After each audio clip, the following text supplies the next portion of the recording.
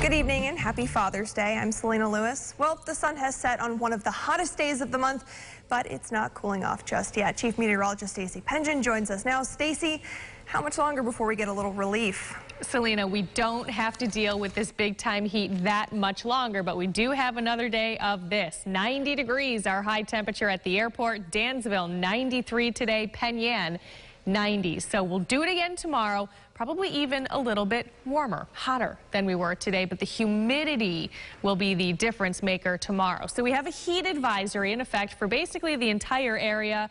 Wyoming County not included just because a little bit of a lake breeze off of Lake Erie will keep temperatures there slightly cooler. But again, it's the humidity that we're really talking about that'll be jumping up tomorrow.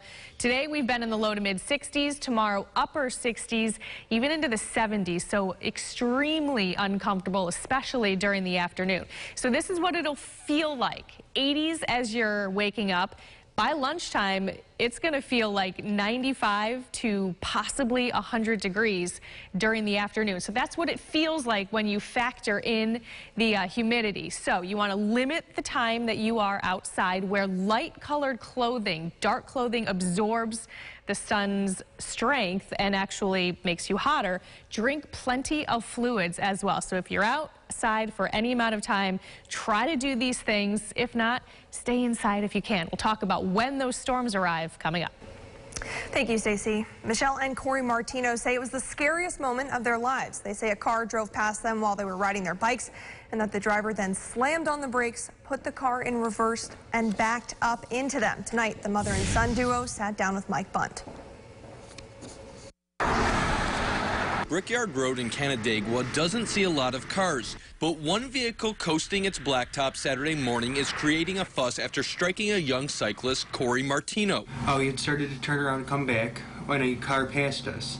He slammed on his brakes when he got in front of Mercy Flight and floored it right back towards us, hitting me, missing my mother, fortunately, and he took off. Corey fell straight off his bike onto his back. He didn't feel any immediate pain, but was sent to Thompson Hospital as a precaution. Now he and his mother, Michelle, are left asking questions. I just want to know why he did it. We both keep to ourselves a lot. We have no enemies, and we just couldn't understand why somebody would randomly attack us. Both are convinced the driver backed into them intentionally before fleeing. When he stopped in front of Mercy Flight, his brakes, he hit him hard enough, his brakes squealed.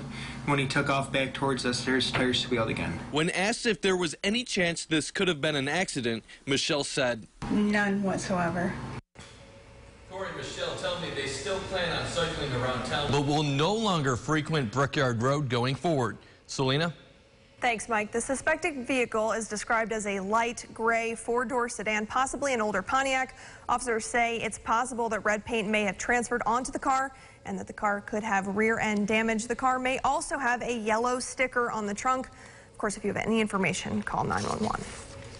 And a 5-year-old boy is recovering tonight after being hit by a car. It happened just after 7:30 on West Broad Street in Rochester. Police say the child ran into the street.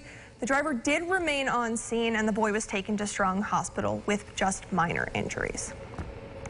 Hundreds of people gathered at Ontario Beach Park in Rochester tonight to bid a final farewell to Hilton senior Paige Smith.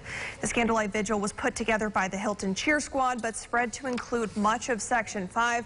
Friends of the 18-year-old marched from one end of the beach to the other, holding candles and chanting Paige's name. After the vigil, Paige's best friend spoke.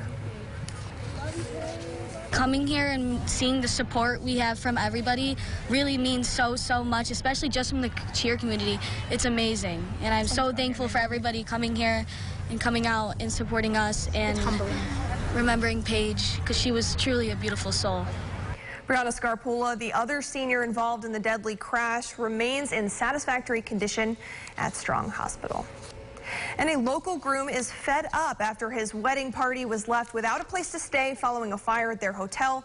Flames broke out at this Microtel Inn and Suites on Chile Avenue just after midnight. Monroe County Sheriff's deputies say an elevator fan motor burned out, causing the fire. 75 guests were evacuated and the hotel was closed. The groom unhappy that the hotel manager didn't help them make other arrangements.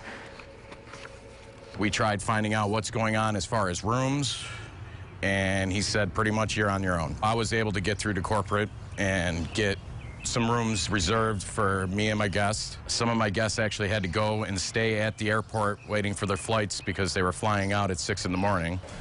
Now, we have reached out to hotel management for comment, but have not heard back. The hotel will remain closed until an inspection is completed by the fire marshal.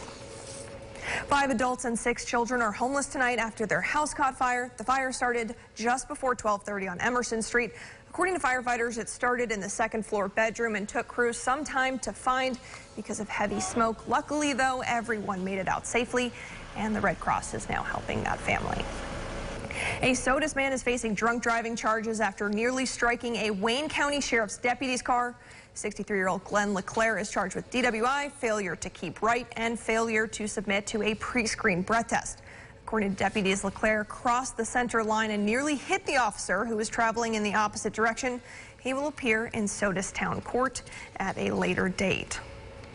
And it's been nearly a year since Uber made its way to Rochester. In that time, many people have used the ride-sharing service to avoid drinking and driving. But now Uber is trying to figure out if their riders are intoxicated before they hop in the car. The company has a patent pending on artificial intelligence technology that would weigh a variety of factors like typos, how precisely a user clicks, walking speed, and the time of day to determine if a rider is drunk. Riders in Rochester are torn about what this could mean for them. I don't know, I think it could be a little invasive. I think that people take Ubers just because they want to be safer. So I think that there's a negative connotation with asking them if they've been drinking. Uber originally filed the patent back in December of 2016. It's still unclear when the new technology would go into effect, though. Fewer teens are working during their time off from school. A new report out by the U.S. Labor Statistics shows that only 40% of teens are getting jobs. That's down 72% from 1978. Instead, teens are picking up internships, sports, or advanced courses. The same report also shows that more than half of employers surveyed aren't actually hiring teens. And today is all about Dad, and some local families are celebrating with quality time at Wickham Farms. Though the farm is typically known for its fall activities, you could say families out there today had a ball, or at least hit a few. Batting cages were open, there was a free mini golf course, ice cream, and even jumping on the farm's giant pillow. A lot of families have been coming in too, which is really what we're all about, is having families come and enjoy the farm. To learn more about the fun going on at Wickham Farm, head to our website, rochesterfirst.com. Coming up on News 8, how you can keep your pet safe this week with extreme heat on the way, and Stacy times out when the rain moves in. Stay with us. Follow News 8 wherever you are on rochesterfirst.com and our apps for both news and weather. This is the team you can trust. You're watching News 8.